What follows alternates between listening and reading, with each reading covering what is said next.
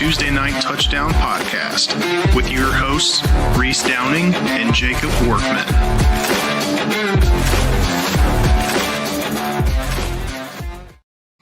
What's going on, guys? It is TNT Tuesday Night Touchdown Podcast, NFL edition, Week 7 picks coming at you on a Thursday. Once again, we seem to be knocking these out on Thursdays here lately, but that's okay. We're still coming at you before the game starts tonight. With me, as always, is the fine citizen and co-host, Mr. Jacob Workman. Jake, how you doing, brother? Everything's good. What's going on? Not too much, man. Not too much. We had another good week of football. For most fans, not Lions or Cowboys fans, but let's hop into what happened last week. Pick wise, I finished 7-8. Jake finished 6-9. We both missed our lock and dog, so not our best week. Results around the NFL: the Giants beat the Eagles 34-17 on Thursday Night Football in East Rutherford. The Broncos beat the Jets 13-11 in the final minutes of their matchup in England. The Colts beat the Cardinals 31-27 at the Glue Factory. Chargers beat the Dolphins in the final minutes 29-27 at Hard Rock. The Pats beat the Saints 25-19 in the Big Easy. Steelers beat the Browns 23-9 in Pittsburgh. The Panthers got the home win over the Cowboys 30-27 at the Bank. Seahawks got the cross-country victory over the Jags 20-12 in Duval. The Rams beat the injury-riddled Ravens 17-3 in Baltimore. The Raiders snapped their 4-game skid by beating the visiting Titans 20-10 in Vegas. Packers beat the Flacco-led Bengals 27-18 in Lambeau. The Bucks beat the Niners 30-19 at the Ray J. The Chiefs beat the Lions 30-17 at Arrowhead on Sunday Night Football. We'll talk about that game here in just a second. The Falcons bested the Bills 24-14 in Hotlanta Monday night to hand Buffalo their second straight loss. And the Bears beat the Commanders 25-24 on the leg of Eddie Pinheiro. Also on Monday night, this one was in the nation's capital. We just mentioned it here. Let's talk the Chiefs-Lions game. That's going to be the only game we're really going to talk about this week. The Chiefs bounced back in a big way Sunday night, taking down the Red Hot Lions 30-17 at Arrowhead. Pat Mahomes put on a clinic, threw for 257 yards and 3 touchdowns, plus rushing for another. Kansas City's offense looked sharp, pretty efficient, in control. They scored on 5 of their 7 full drives while punting just once. Wasn't overly flashy. Mahomes didn't complete a single really deep ball. It was just methodical and effective. They had some really good scores from Xavier Worthy and Marquise Hollywood Brown. On the other side, Detroit's banged-up defense really didn't have any answers. They're missing a lot of key players and playing through injuries. They gave up a season-high 355 yards, failed to force a turnover for the first time since week 1. And as everybody, I'm sure, saw, the frustration boiled over post-game when Lions DB Brian Branch hit Juju Smith-Schuster after refusing a handshake, capping off a rough night for the Lions defense. The NFL did announce on Monday that Branch has been suspended for 1 game for his role in the scuffle. Defensively for KC, Chris Jones silenced some critics after a rough week. He tallied 4 quarterback pressures and helped seal the win with the big 3rd down push late in the game. Jake, was this the Chiefs reminding everyone that they're still contenders, or more about Detroit hitting a wall with all these injuries and defensive troubles? It seemed like a bunch of bullshit. That's what it seemed like. The first touchdown we had got fucking robbed from us. I mean, the refs took 35 minutes after the play. There's a clip where Goff says that came from upstairs, and the ref says yes. Campbell said he was told it came from upstairs, but yet in the pool after the game, because it can't happen, that's not legal, the ref said no, that no one called that in. That was our decision. Okay, that's bullshit. Clear as day. That didn't happen. So we've got another one of those situations. It's the typical once a year Lions make up rules as we go. I also am pretty pissed off. Game wise, like, the game's the game. Like, we were way too injured. We should not have won that game. Like, it was not a game we should go in and win when we have no secondary. Our safeties were both game time decisions. They both somehow played. Kirby died in the middle of the fucking game and could barely move. And then somehow, I don't know what the hell he did in that blue tent, but he came out and played. I don't know how. Like, he looked like he was dead. And he came back and played. He's questionable for this week. Hopefully, Dan said since we have the extra day that there is a chance he plays, hopefully. The Branch suspension to me is complete bullshit. It's Chiefs favoritism at its finest to me. I'm not a Chiefs hater. I'm becoming one quickly because of that fucking game, though. Mahomes had 4. If you go back and watch when he scored, there were 4 different taunts he did to Brian Branch.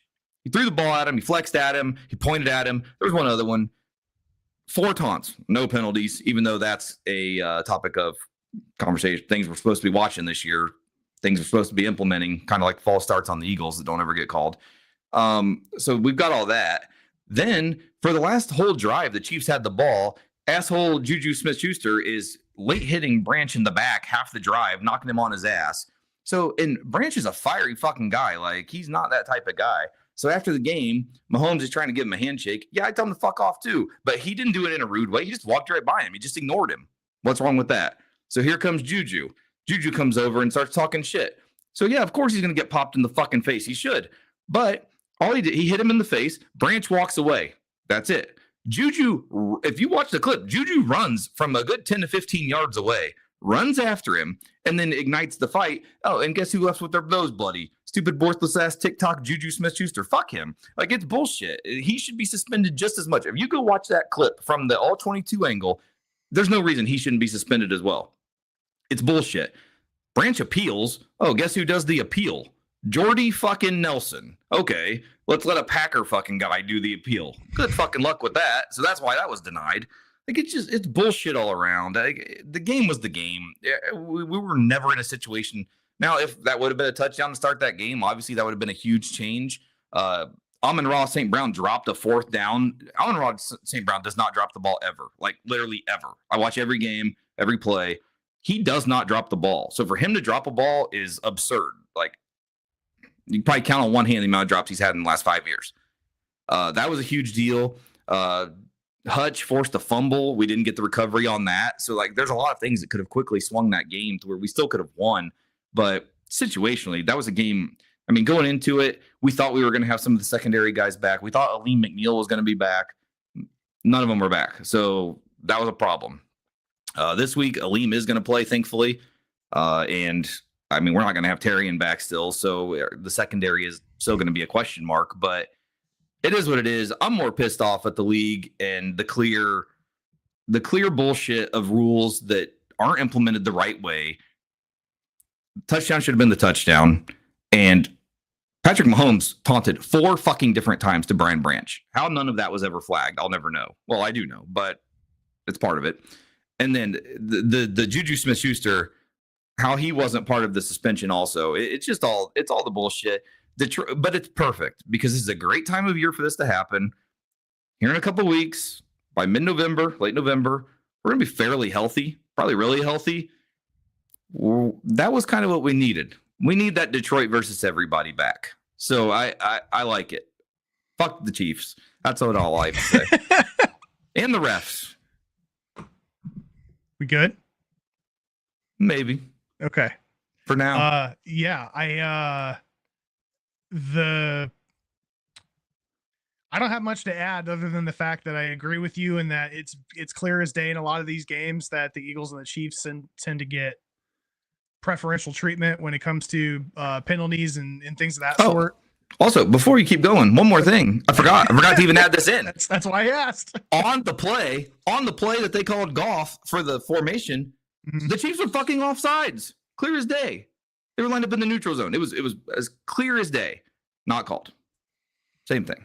Yeah, and I think the call on that play was that if Goff would not, as soon as and this was what was so messed up when they were talking about it, they were like, because he appeared to go under center, he then, when he motions, has to stop and set before the play happens. But if they would have played that play from the shotgun, he could have been in motion and it wouldn't have mattered. But because he walked up to be under center, he signaled to the defense that he was going to be the one snapping the ball. And because of that, it was required for him to move, which regardless, the rule is the rule, whatever, but call it when it happens. You don't call an illegal formation 95 seconds after the play is over and the team's on the sideline.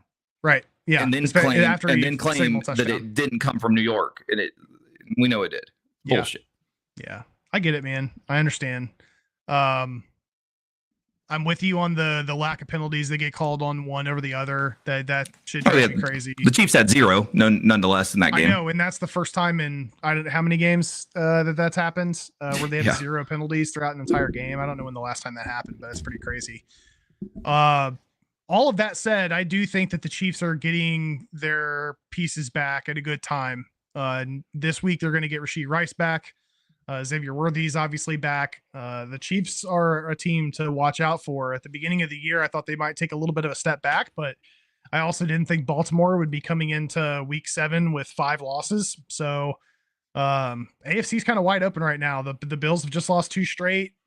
Chiefs are getting hot at the right time from an AFC perspective. So we'll see what happens with that. Let's keep things moving. Hopefully Rice has someone to drive him to the game. Yes. Let's keep things moving here. We did have a head coach lose his job. Big shakeup in Nashville. The Tennessee Titans have fired head coach Brian Callahan just 6 games into his second season. Callahan leaves with a 4-19 record, including 1-5 this year with rookie quarterback Cam Ward, the number 1 overall pick in the draft. Team president Chad Brinker said it came down to a lack of growth. The Titans offense had scored just 83 points through 6 games, their worst start since 1985. Mike McCoy, the veteran assistant and former Chargers head coach, takes over as interim coach, and he'll get a shot to prove that he deserves the job full time. Adding to that drama, offensive line coach Bill Callahan, who's Brian's father, was also let go. This continues a pretty troubling trend. 6 of the last 8 number 1 overall quarterbacks have had their head coaches fired during their rookie season. It's been a messy stretch, from fans chanting fire Callahan to Cam Ward calling out the offense after a blowout loss. Now the Titans are facing a similar name next week or this week. Mike Vrabel, the man Callahan replaced, has got the Patriots sitting 4-2, and now he's heading into Nashville. So here's the question. Is it really about bad coaching, or is it just another example of NFL teams pulling the plug too fast on rookie quarterbacks and rebuilds? You look at these situations where 6 of the last 8 number 1 overall quarterbacks have had their head coach fired during their rookie season. Callahan didn't even have 2 seasons under his belt. Yeah, there's a lot that goes into that, though. Like, I mean, we talked about how colossal of a fucking why are you firing Vrabel to begin with? Like, that was a terrible decision to begin with. 1,000%. Yeah, we talked about that ad nauseum. Yeah, and then the owner doesn't even show up to the press conference to announce the coach. That seems like a terrible situation to me. They're building a new stadium, so they do have that going for them. And I mean, Nashville's a great city, so and they've got Cam, I think, is going to be good. Like, I like Cam. So I think that the pieces are in place there to build. But the thing is, Colts playing well, Jacksonville's playing well, Tennessee's Tennessee. I mean, they're hit miss, or Houston is hit miss. I mean, and then Tennessee. So I mean, it's a tough. I don't know. It's a tough situation to be in, because you think you would want to go get an offensive coach to pair with Cam, but I just don't know. Like, if I were a coach right now looking for a job, that's one of those situations where I would not want to go there, just because of what they've done in the past and what they've shown. Yeah, I mean, I don't think they're going to go get a seasoned coach like Mike McCarthy or Bill Belichick, which we talked about briefly in the NCAA I'd say show. Go get Cliff, Matt Nagy, Joe Brady, Jesse Minter. Yeah. Some of those guys are they need to prove it. So this is an opportunity to do so. Well, I'm not sure I would get Minter. Minter's not an offensive guy, right? He's a defensive guy. But Matt Nagy and Brady are the 2 names that came to mind for me. I would agree with that, and then throw in. I think Cliff would be, just because putting Cliff with Cam Ward. Yeah, right. They've got some young weapons in Tennessee. I mean, last year in the preseason, we were talking about how the Titans had a lot of talent on the roster, and that they may be one of those teams in the AFC South that makes a little bit of noise. It didn't turn out to be that way, but yeah, I mean, was Callahan ever the right man for the job? I don't know, but to the point that you just made and the point that we made last year, why the hell did you fire Mike Vrabel? Because they pissed him off when they traded Brown, and then it all went downhill. And and they've kind of been a disaster ever since, the whole franchise. So yeah, I mean, they are the Carolina Panthers of the AFC right now. So I don't know that I would want that job, unless, again, you're one of those guys that's looking for their first head coaching opportunity, or one that's not been around for a while. Like I said, I've seen both McCarthy and Belichick's name mentioned, but if I'm Mike McCarthy, I don't want to step into that mess. And if I'm Bill Belichick, is that situation really much better than? I mean, I guess maybe Belichick's reading the writing on the wall that college football is not for him. But even if that's the case, the Tennessee Titans are not going to be the only team at the end of the year that have a job opening available. So if Belichick does want to come back to the NFL, like I don't think Tennessee is where he would want to go. Not to mention the fact that he would be in the same division as the Patriots. Like I don't see him going that route. But we'll see if Mike McCoy can. They'd be in the same conference, not the same division. Same conference. Yeah. I just don't think that. One, I think Bill's staying in college for at least one more year. I do think that will happen. But the other thing I would, you had mentioned former coaches, like maybe R.D. Smith, like he's an offensive guy, has some experience. He might be the only other one, just if he's looking to get another head coaching job. But yeah, it's a tough, like Nagy, and who's the other one you said? Nagy and McCarthy, I guess. That Joe Brady. Yeah, well, like, was Brady an interim? I think he did get an interim when Rule got fired, right, in Carolina. I don't know if he was the interim then or not. I feel like he was. I can't remember if he was or not, but yeah, I don't remember exactly. But still, he's never been a true head coach. Put it that way, right? But yeah, I don't know. Situationally, especially with other teams that are more than likely going to open, that I think the Saints obviously will stay. I think Kellen will get at least one more year, so that's probably going to be the worst open job. Like, so who the hell is going to want to go there, especially when it's what they've shown the last few years? It's not a good situation there. Yeah, it's another one of the situations like in Carolina where you don't feel supported by the owner. So why do you want to go do that? It sits yourself into a bad situation to start. So yeah, we'll see what happens. They're going to roll with Mike McCoy through the rest of the year, it sounds like. So if he somehow turns this around, I mean, he is a former head coach in San Diego. So we'll see if he ends up keeping the job. It sounds like they're probably going to try to go after somebody in the offseason. All right, let's keep things rolling here. There's just a couple other quick news points here. Jerry Jones was fined $250,000 for an obscene gesture last week after giving some Jets fans the bird after Cowboys road win in New York 2 Sundays ago. He will not appeal the fine. I don't know how he could because it's clear as day he's giving them the bird. I thought it was kind of funny. Philadelphia Eagles pass rusher Zadarius Smith, who joined the team 1 week into the season, has announced his retirement on social media Monday morning and was placed on the reserve retired list. We just talked about this guy, but Chiefs wide receiver Rashid Rice's suspension has officially been lifted. He will return to the team this week. We're going to pause on this one. I want to get your feedback on this because you used to be a big fan of this guy. Chauncey Gardner-Johnson. Fuck him. I don't. Signed with the Texans, got cut by the Texans, signed with the Ravens practice squad, and he's already been released from the Ravens practice squad. Just 2 years ago, he was like in the conversation for one of the better DBs in the league. Like, oh, how the mighty have fallen. I don't know what. Yeah, he had the year in Detroit. He got injured when he was with us. He talked a lot of shit, didn't do a lot of good. We sent him back to Philly.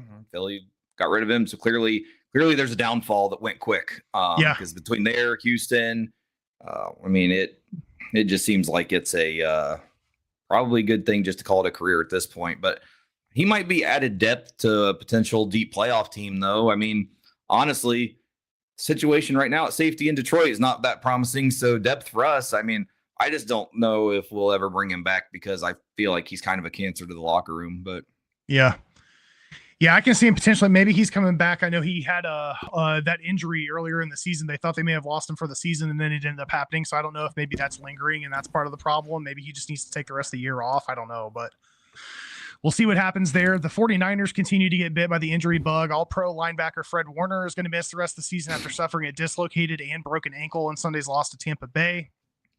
Colts backup quarterback Anthony Richardson has landed on IR and is going to be out for at least the next 4 weeks after suffering an orbital fracture during pregame on Sunday. It sounds like during pregame warm-ups, he was using the warm-up bands and it slipped from his hand and hit him in the face, fracturing his orbital bone. And then to make matters worse, pregame, Charvarius Ward was warming up and got leveled accidentally by tight end Andrew Ogletree, and that resulted in a concussion that kept him out of Sunday's game against the Cardinals. And it may keep him out this week as well. I haven't seen an update on whether or not he's going to be able to play. Yeah, that hit was rough. But that was a rough hit. He was down on the ground for a while. I still have not seen if any video has come out on the injury with Richardson. I'm guessing that's not the case, but no, because it wasn't on the field. They said it was in the locker room, and they actually said that the thing that was holding that the band was tied to came loose. Yeah, okay. And that's what caused it to. I mean, fucking snap your orbital. Like that's That's pretty serious. That sucks. Yeah. I was listening to I can't remember what the name of the Steelers podcast, but James Harrison was talking about how something similar happened to him where he had a broken orbital fracture from doing something like that, but he played in the game and then had surgery immediately after, because that's like one of the toughest sons of bitches in the history of the NFL. But crazy for the Colts. Not that it matters for them right now, because Indiana Jones has been playing pretty lights out for him, but it sounds like Anthony Richards is going to be out for a while. Since we are talking about injuries right now, I will inform you, Adam Schefter did just say that CeeDee Lamb has announced he is ready to return after missing the last 3 games. Yeah, I mean, George Pickens has been playing very, very well for us in his absence, but we need CD back. Now, and it does Kittle, not help. Kittle's back. Purdy's back, right? Those guys are both playing. Kittle has been designated for return from IR. Anything official about Brock Purdy? Go over the rest of what you have, and I will look real quick. Yeah, it's not much. We've got Puka Nacua. He suffered an ankle sprain in Sunday's win over the Baltimore Ravens. He's going to miss some time. Chargers defensive tackle Deshaun Hand is placed on IR with a groin injury, but he's expected to return at some point this season. And we already touched base on this, but defensive tackle Lee McNeil is going to make his season debut this week in the Lions game versus the Bucs. Hopefully. It's fucking... till that motherfucker's on the field. Jesus Christ. It does look like Mac is going to be starting again. They do not want Purdy to suffer another relapse. So it looks like Mac is going to be the starter. Well, there you go. We've got Mac as the starter, maybe emergency backup Purdy if it happens, because Mac's dealing with an injury too. So the Niners just can't get out of their own way when it comes to the injury bug. I just pulled up the first injury report for this week. I wanted to see if Mac is on it. So he has a knee and oblique, but he was a full participant at today's practice, limited participant yesterday. So he should be good. Okay. All right. So Mac is definitely going to be the starter for this week's game against the Falcons. Yes. All right. Well, that is it as far as news and notes. Let's jump into our week 7 picks. All right, we are going to roll it out with a game that's going to be happening here in just a couple of hours. We got the Pittsburgh Steelers at the Cincinnati Bengals tonight at 8:15 p.m. at Paycor Stadium in Cincinnati on Amazon Prime. Over under is 44.5. The Steelers come in favored by 5.5. Yeah, I've never really been a trends person when it comes to betting, but the trends on this say Cincinnati, to take Cincinnati. I just don't. I don't know. I mean, trends are trends for a reason, but I think it's just situationally too right for Pittsburgh in this point. I think Pittsburgh's defensive line can raise hell on Flacco in this game.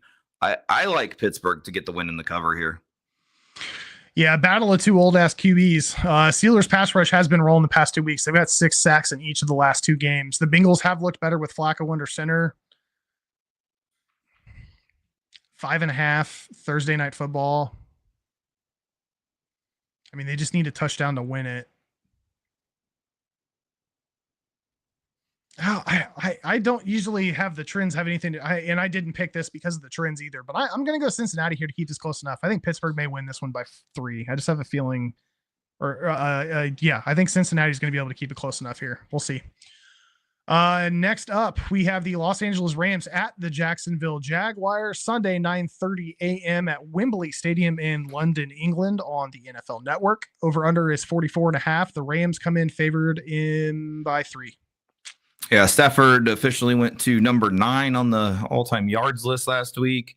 This is an interesting game. The Rams came out and said they're not even getting to London until Saturday morning, which I found interesting. Both teams are kind of all over the place. To me, they're kind of both the same team. I think the Rams are obviously a little better, but I think they're both right kind of on an equal point at this point. But who the hell knows what's going to happen in London? But I'm going to take the Rams minus the 3. I'm not that confident in it with the way that they've been playing because they've kind of been sleepwalking lately. But I just think situationally their defense might be able to give Lawrence some pressure on this one and be the reason why they win.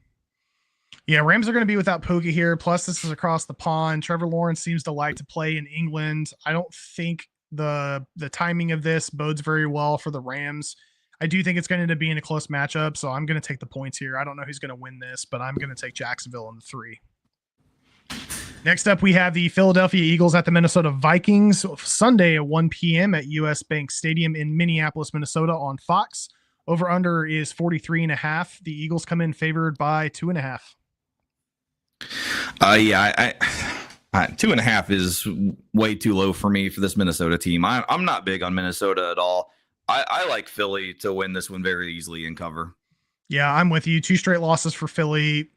Not all that eyebrow raising because they've won some really tight games this year, and some of them have been during the last minutes of the game. But so long as they limit the turnovers, they should be able to get the road win. So I'm going to take Philly here.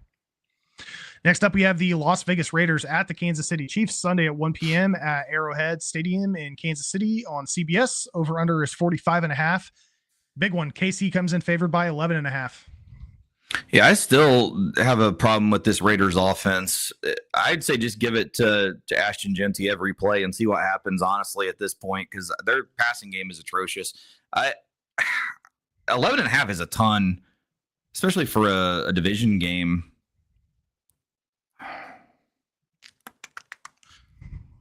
I'm going to take the Raiders to cover this. I think it's too many points. The Chiefs sleepwalk a lot. They don't cover big spreads that often. Yeah, I think this team's going to be a little excited to have an addition in Rashee Rice on the field, especially with all the stuff that they did last week. This team seems like they're picking up the pace a little bit. I'm going to roll with the Chiefs here to win and cover. It's a big spread, but I'm going to take KC minus the 11.5. Next up, we have the game of the week. New Orleans Saints at the Chicago Bears Sunday at 1 p.m. at Soldier Field in Chicago on Fox. Over under 46.5. The Bears come in favored by 5.5. Yeah, I mean, I'm keeping rolling with the Bears. I like what the Bears are doing. I honestly think they're a pretty good team at this point. To be honest, I like them. I think the Saints still suck.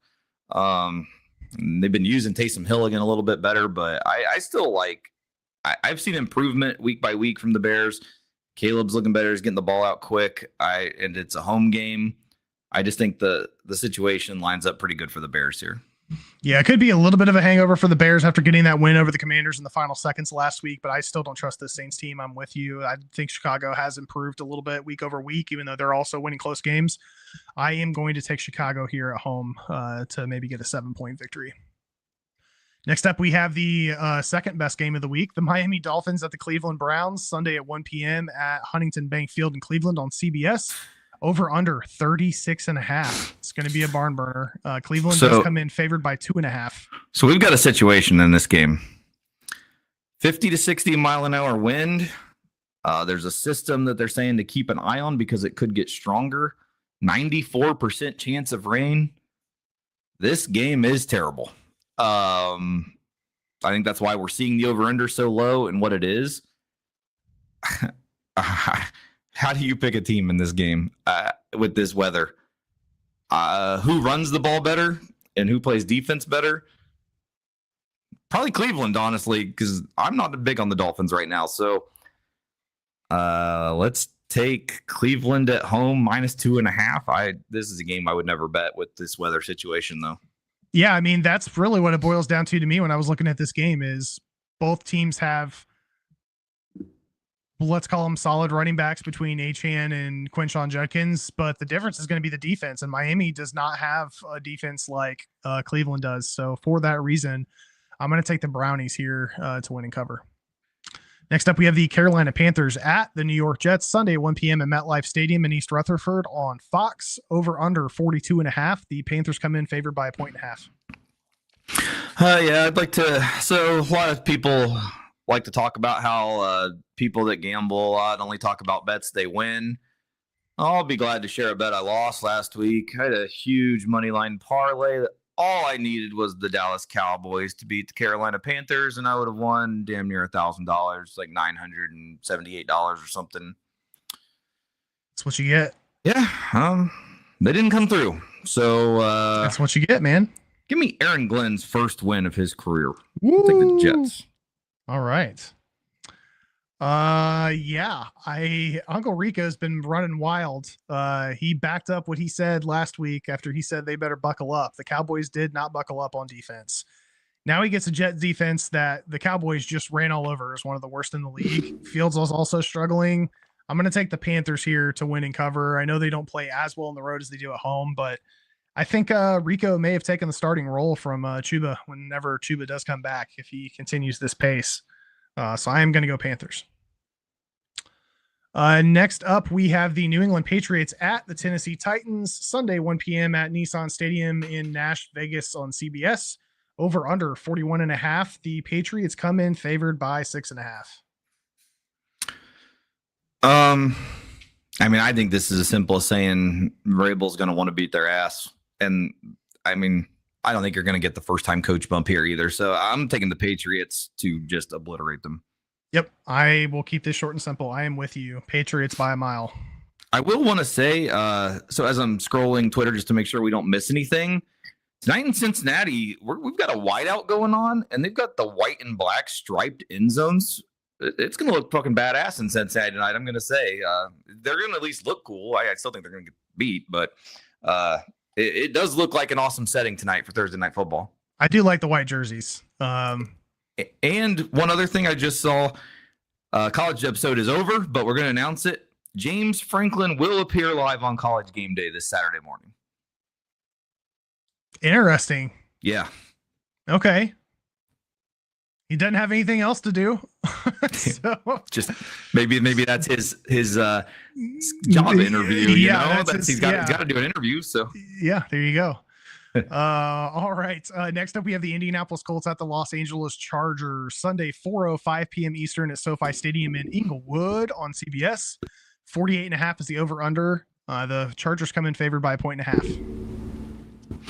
I've been to the Glue Factory. I've been to SoFi, two beautiful stadiums. SoFi is one impressive piece of architecture. We'll put it that way. Unfortunately, I think the Colts run comes to a little bit of an end here. Joe Alt is going to be back. He returned to practice today for the Chargers, which I think is a big deal. And I think it's time the Colts finally lose a game. I just think by default, they've got to lose something at some point. So I like the Chargers to get the win here. Yeah, I just don't think it's a great matchup. The Chargers are still pretty injury riddled. They're struggling to stop the run, and Jonathan Taylor's been playing some inspired football. So I'm going to take the Colts here to win outright. Next up, we have the New York Giants at the Denver Broncos, Sunday, 4:05 p.m. Eastern at Mile High Stadium in Denver on CBS. Over under in this one's 40.5. Denver comes in favored by 7. Man, 7 seems like a lot for this game, but I don't. The Giants, man, you just never know. That was an impressive showing a week ago against Philly at home. I don't think they can do the same thing against Denver's defense, to be honest. So I'm going to take. Man, 7's a lot for Denver, though. I'm not sure that offense can. That's a big spread. I'll take Denver. I don't like it. I'm going to stay away from that one in the real betting, but we'll take Denver for the sake of the pick.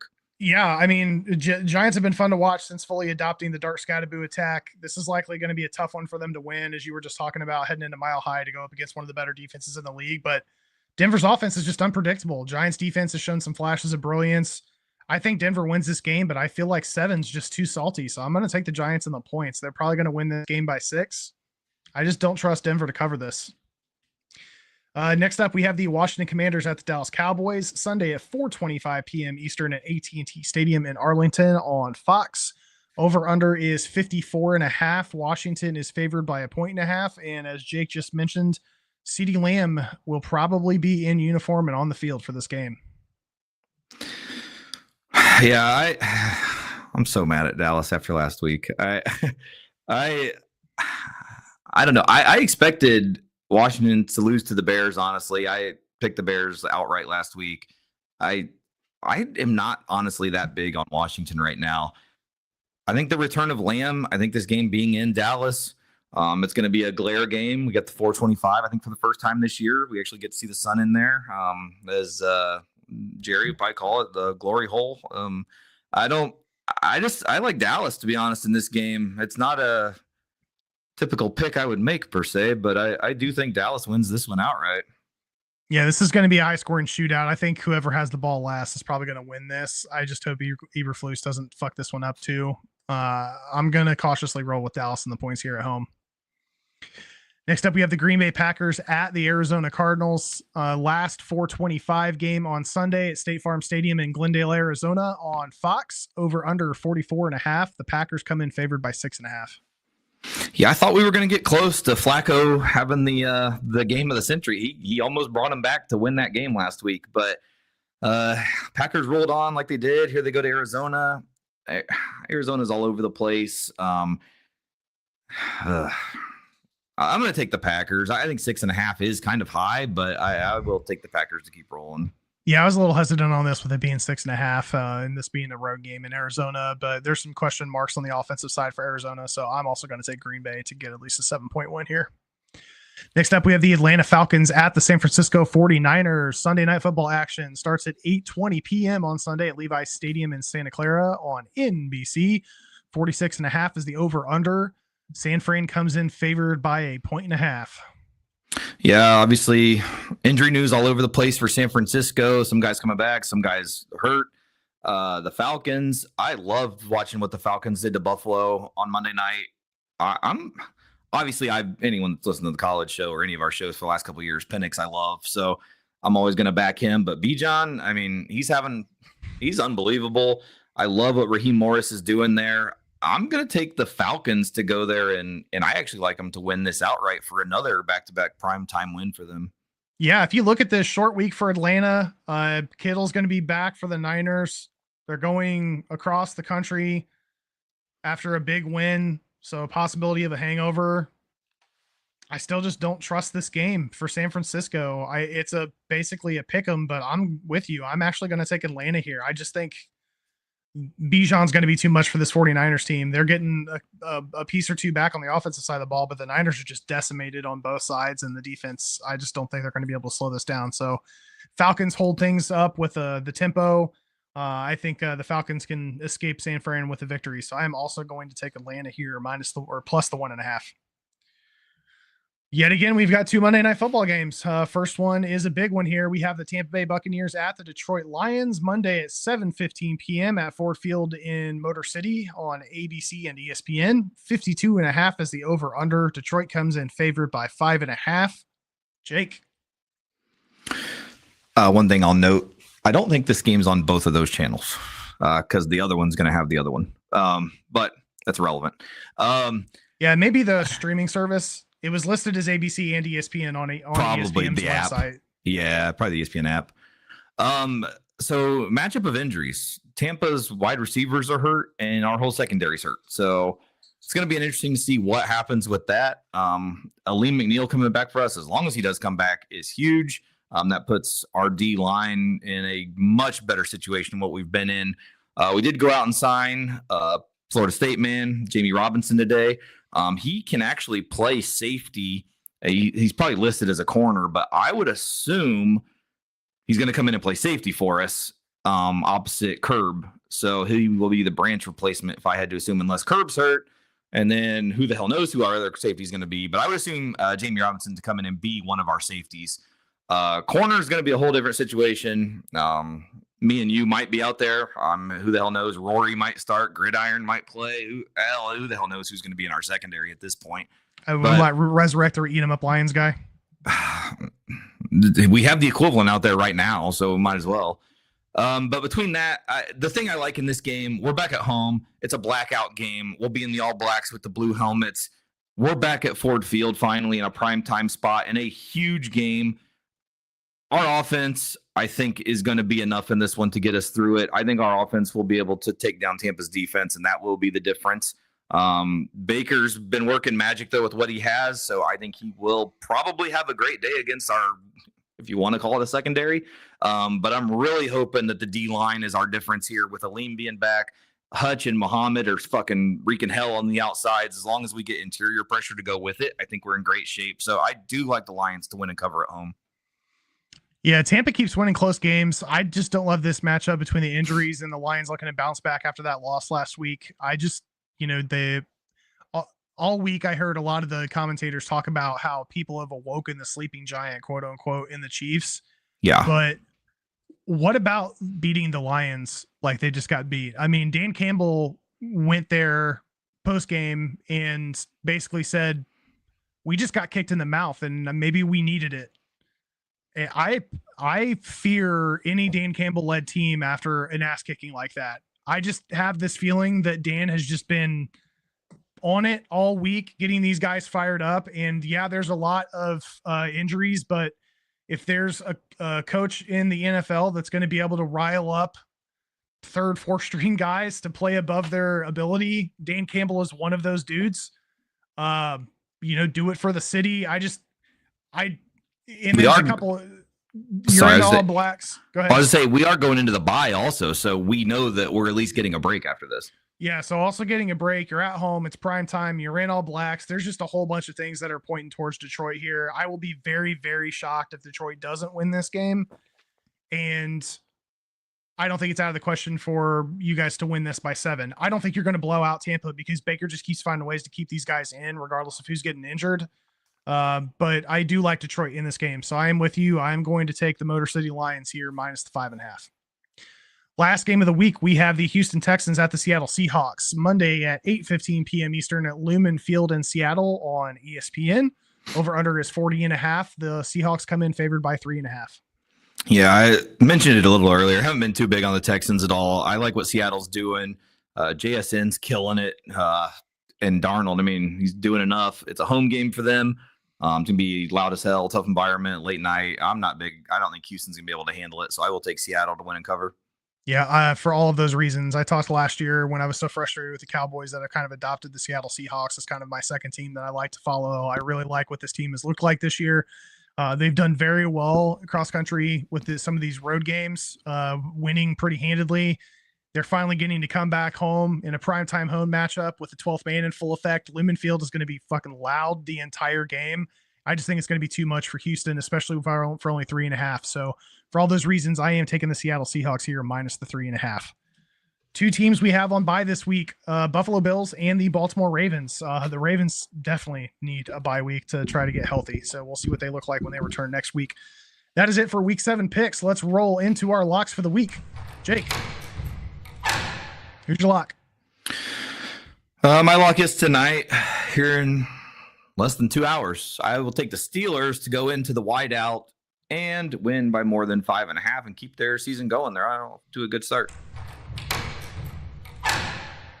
We just talked about this game and how much I like this team. I am locking in on the Seattle Seahawks minus 3.5 at home. Let's hear it. Who's your dog? Dog of the week will be Sunday Night Football. Give me Penix and the Falcons to go to Levi Stadium and get the win. Very nice. I like it. I'm actually going to roll with Jacksonville overseas. I just think this is a good spot for Jacksonville to get a win over a very solid Rams team. Smiling at that because this is a new sound that just got rolled out. And I just told Jake before we recorded that shit's going to get used on me sooner than later. And it didn't even take 2 shows. There we are. But I am locking in as my underdog, Jacksonville, to get the win. All right, guys, that is it for us this week. For the fine citizen and co-host, Mr. Jacob Workman, this is Reese Downing and Jonathan in the background.